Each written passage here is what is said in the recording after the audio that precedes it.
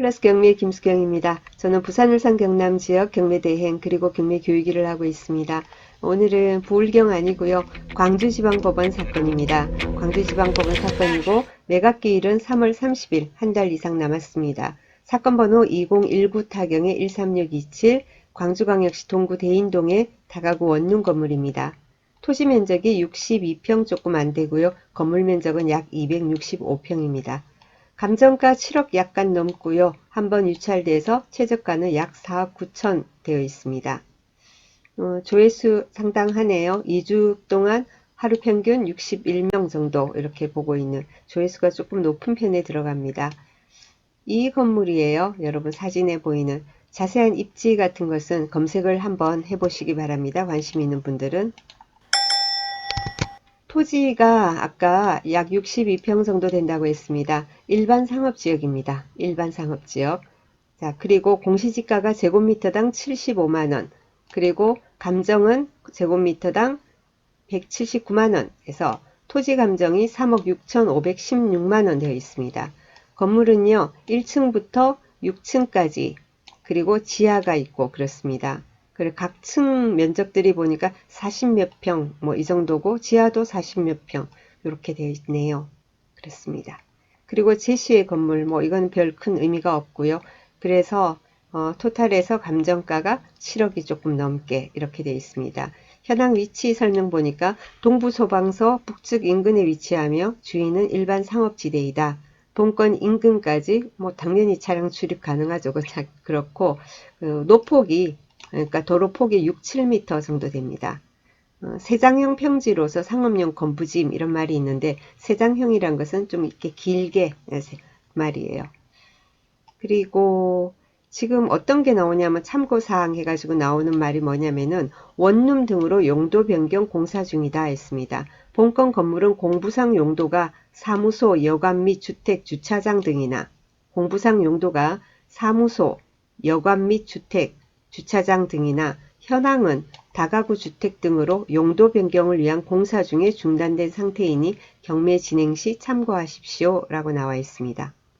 여러분 대법원 사이트 들어가시거나 아니면 옥션 사이트에서 보시면은 관련 사진들이 나옵니다. 사진들 보면은 그 내부를 싱크대 같은 것도 놓고 해서 거의 리모델링을 거의 대부분 해놓은 상태로 확인할 수 있었습니다. 사진 직접 한번 보시기 바랍니다. 그리고요. 왜 소개를 드리냐면은 여기 보면은 재밌어요. 2013년 2월 1일 날 건물등기부 토지등기부 내용은 동일해서 건물등기부로 설명을 드리도록 하겠습니다. 2013년 2월 1일 날 소유권 이전인데 매매가 아니라 매각이에요. 매각이란 것은 경매로 취득을 했다 이 말이거든요. 그래서 현재 소유주 문모 씨가 임의경매로 인한 매각했습니다. 2011 타경 38279 경매로 이제 매수를 했습니다. 그리고 근저당이 있어요. 2016년 3월 31일 근저당 국민은행 가평지점에서 3억 9천 되어 있습니다. 여기가 말소 기준 등기되고요. 그리고 뭐냐면은 2019년 9월 9일 날 경매가 들어옵니다. 강제경매 관련 사건에서 손해배상으로 인해서 판결 정본을 받아가지고 판결을 받아서 경매가 들어왔는데 여기 청구 금액을 한번 보세요. 강제경매 조모 씨가 넣었는데요. 청구 금액이 200만 원입니다. 청구 금액이 200만 원이다. 대부분 일반적으로 우리가 경매 이러면은 부채로 인해서 나온다고 생각을 합니다. 그죠? 그렇죠. 너무 이렇게 빚이 많아서 일반 예를 들면은 집값이 내가 가진 지금 뭐 부동산 가격이 5억인데 총 채무가 한 4억 정도가 된다. 그리고 세금도 조금 있다. 이러는데 이렇게 못 갚으면 경매에 넘어가게 된다. 이러면 경매에 넘어가면 시세보다 낮게 이렇게 매각이 되잖아요. 그러니까 어떻게 하든 우리는 약간 급매로 해가지고라도 매각을 해서 그 채무를 해결하려고 노력을 합니다. 자, 그런데 내가 가진 게 5억인데 이미 채무가 7억, 8억, 10억이 돼버렸다. 그러면은 매각을 할 수가 없잖아요. 일반 매매를 해서 어떻게 빚을 청산할 수가 없지 않습니까? 그죠? 처음에 물론 우리가 이렇게 그 집을 담보로 해서 근저당 해가지고 이게 담보대출 받아서 예, 그렇게 한 경우에는 집 시세 감안해가지고는 은행에서 이렇게 되지만은 우리가 뭐 사업을 한다든지 뭘 하다 보면은 다른 데서 부채가 생겨서 집으로 가압류 같은 것은 집값 상관없이 막 들어오지 않습니까? 5억이라도 가압류 같은 게 막 들어오고 하면은 부채가 몇십억이 될 수도 있는 거예요. 그런 경우에는 일반 매매를 할 수가 없죠. 예, 그런 경우에 이제 경매로 이제 강제로 매각을 해가지고 채권자들한테 일정한 순서에 의해서 나눠주고 그리고 끝납니다. 그죠? 자, 끝난다라는 말은 우리 낙찰 받는 사람 입장에서 끝난다라는 거고 그 채무자 입장에서는 끝나는 게 아니에요. 5억짜리가 예를 들면 4억 5천에 낙찰이 됐다. 그러면은 그 4억 5천만큼 채무가 청산이 되고 나머지 남은 채무는 계속 따라다니는 거예요. 뭐 파산을 한다든지 해서 법적 절차를 밟지 않은 이상은 그렇게 되거든요. 자, 그런데 그러니까 대부분은 막 채무가 많아서 부동산의 시세보다 가치보다 빚이 너무 많아서 일반적으로 정리가 안 돼서 경매가 들어오는데 여기 같은 경우에는 아까 감정이 7억이 넘잖아요. 7억 살짝 넘었죠? 자, 그런데 여기 보면은 다른 것도 하나도 없이 오로지 국민은행 근저당 3억 6천, 3억 6천 같으면 많이 빌려봤자 3억 정도 빌렸을 거 아닙니까? 집값의 반도 안 됩니다. 게다가 이제 경매가 200만 원으로 경매가 들어왔어요. 자, 이런 경우에는 뭐 다른 뭐 제가 모르는 뭔가가 또 있을 수 있지만 통상적으로는 이거 일반 경매라는 걸 통해 가지고 이 집을 내가 알려서 매도를 해보겠다라는 의도가 큰 겁니다. 일반 아파트라든지, 그죠? 아파트라든지 이런 것은 뭐 경매, 일반 매매 이렇게 내놨을 때 금방금방 이렇게 어떻게 손쉽게 특별한 문제가 없으면 약간 저렴하게 해주면 팔리고 그러잖아요. 그런데 이런 건물이라든가 뭐 토지라든가 이런 것은 쉽게 매수인을 만나기가 조건을 맞추기가 상당히 어려워요. 그리고 그쪽 중개사들한테 이렇게 내놓는다 하더라도 그 사람들이 홍보를 할 수 있는 데는 한계가 있지 않습니까? 그런데 경매 같은 경우에는 경매에 이렇게 들어가게 된단 말이에요. 그러면은 전국에서 다 보는 거예요. 전국에서. 그죠? 그러면은 관심 있는 사람들 이렇게 보다가, 아이, 그래? 여기가 감정이 그렇게나 됐고, 왜? 감정이 그렇게나 됐고, 뭐, 그런 거 같은데, 여기 채무가 얼마 안 되네? 그러면 이거 같으면은 내가 이렇게 가서 보고 소유자를 만나서 일정 금액으로 일반적으로 그냥 매수를 하는 것도 생각을 해봐야 되겠다라고 생각하시죠. 그래서 일부러 이렇게 빨리 이제 뭔가 널리 알려서, 그죠? 많이 알려가지고는 내가 매도를 하고 싶으면 경매를 일반 매물 홍보 수단으로도 이렇게 활용할 수 있는 겁니다. 저는 이 물건 그렇게 판단됩니다. 여러분 어떠신지 모르겠어요. 그리고 물론 다른 내용, 제가 100% 맞다라는 게 아니고 경매를 하다 보면 이렇게 터무니없는 적은 금액으로 경매가 들어오는 경우가 왕왕 있거든요. 그런 경우는 대부분 그래요. 그래서 이 물건에 관심이 있으신 분 같은 경우 지금 막 공사해가지고 거의 뭐 지금 뭐 안에 리모델링도 거의 다 돼 있고 그런 부분인데 뭐 그 뒷 절차 같은 거라든가 아니면은 금액이라든가 이런 것은 이 물건에 관심이 있으시면은 입찰을 들어가실 게 아니라 직접 찾아가셔서 이 소유주하고 컨택을 해서 매매가라든지 여러 가지 조건을 이렇게 맞춰보면은 되지 않을까라는 생각이 듭니다.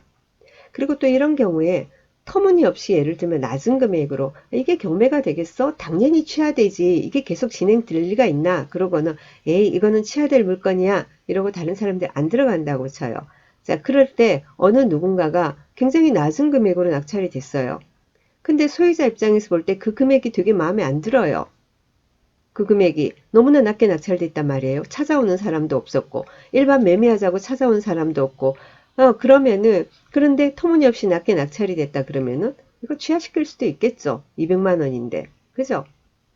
그리고 그 매각기일까지 그 2차 입찰일까지 아무도 찾아오지 않는다 그러면은 또 연기가 될 수도 있겠죠. 그러니까 이 물건에 관심이 있으시면 아까 매각 날짜가 언제였죠? 매각 날짜가 3월 31일이다. 그죠? 3월 31일만 기다리지 마시고 먼저 찾아가서 컨택을 해보시란 걸 말씀을 드렸고 그리고 아무도 찾아가는 사람이 없다. 그러면 3월 31일 날 아마 이 사건이 연기될 가능성, 매각기일 변경될 가능성이 상당히 높습니다. 근데 그걸 갖다 깜빡하고 매각계를 연기를 안 했다. 그래가지고는 누군가가 낙찰을 받았다. 4억 9천인데 4억 9천 74만 1,000원인데 이 금액이 낙찰이 됐다. 그랬을 경우에 잔금 내기 전에 이것도 없어질 가능성이 있다라는 거죠. 취하될 가능성이 있다라는 겁니다. 물론 강제 경매이기 때문에 임의 경매가 아니고 강제 경매이기 때문에 낙찰자에게 뭐 취하 동의서를 이제 부탁을 하러 오겠죠. 예, 그런 경우에는 자 어떻게 될지 굉장히 궁금한 사건이고 그렇습니다. 가까운 데 있으면 구경을 가고 싶은데 멀어요. 제가 부산에서 광주까지는. 현황조사서 한번 볼까요? 현황조사서. 조사 일시가 2019년 9월 25일, 10월 1일, 10월 8일, 10월 15일, 10월 17일. 야, 아이고야. 집행관님 되게 부지런하시네요. 5번이나 나갔네요. 5번 나갔는데요. 점유관계 이렇게 해가지고 뭐냐면은 채무자 점유로 나옵니다. 현황 장소 보고일 시와 같이 현황에 방문하였으나 5번이나 그죠? 채무자 및 점유자를 만날 수 없어서 권리신고 안내서를 문틈에 끼워두었으나 연락이 없어 개문하여 확인하고 문이 열려 있었나 봅니다. 그래서 집행관님이 개문하여 확인하고 동네 주민들에게 문의했다. 제시의 건물은 채무자의 소유라고 한다. 본건 부동산 표시상 여관 및 여관이나 표시, 공부상 표시는 지금 여관이다. 그죠? 현황은 건물 전체를 원룸으로 개조하던 중 중단 상태임. 가스시설, 싱크대, 화장실 등을 거의 시설한 상태임. 동사무소 및 세무서 전입세대 확인한 바 전입자 없음 했습니다. 자, 다시요. 집행관 그 현황 보고서에는 뭐라고요? 지금 현황이 건물 전체를 원룸으로 개조하던 중에 중단 상태이다. 가스, 싱크대, 화장실 등은 거의 시설을 한 상태이다. 그리고 동사무소 전입, 세무서의 사업자 등록이라든가 이런 걸 확인했는데 아무도 그런 거는 없다. 그러니까 권리분석의 하자는 없는 겁니다. 그죠? 자, 그런 말이 나와 있고요. 그리고 매각물건 명세서 보겠습니다. 매각물건 명세서 보니까 최선순위 설정했습니다. 최선순위 설정 보니까 2016년 3월 31일에 근저당 우리 아까 찾았죠. 말소기준 등기. 그리고 뭐 임차 내역도 없고 아무것도 없어요. 역시 비고란에 뭐라고 나왔냐면은 현황 조사서를 참고해가지고 여기도 일괄 매각은 당연한 거고 제시의 건물 포함 일괄 매각 그리고는 원룸 등으로 용도 변경 공사 중인 이 말이 계속 나와 있습니다. 그리고요. 그러면은 우리가 배당표 볼게요. 예상 배당표 지금 4억 9천 얼마잖아요. 그죠? 거기에 경매 비용 빼고 실제 배당할 금액이 4억 8천 얼마예요. 국민은행 3억 6천, 그 다음에 채권자 200만원, 그러고도 돈이 남는다. 그죠? 뭐 하여튼 그래서 이게 경매로 진행될 사건은 아니다라는 게 제 생각이고요. 그리고 이제 또 현장 가보셔야죠. 혹시 공사 중인 물건이기 때문에 유치권 이런 게 있는지도 한번 보시고요. 그죠? 유치권은 반드시 법원에 꼭 신고를 해야 되는 건 아니에요. 가서 보면 또 있을 수도 있겠죠. 그런데 그런 내용이 현황조사서에 없는 거 보니까 유치권이란 거는 점유를 해야 되는데 현황조사서에 법원에서 경매가 들어오고 나서 가잖아요. 그죠? 현황조사는. 갔는데 5번이나 갔는데도 그런 게 없었어요. 그래서 뭐 유치권 뭐 하더라도 주장하더라도 유치권이 성립할 여지는 없어 보입니다. 그런데 일단 중요한 거는 뭐죠?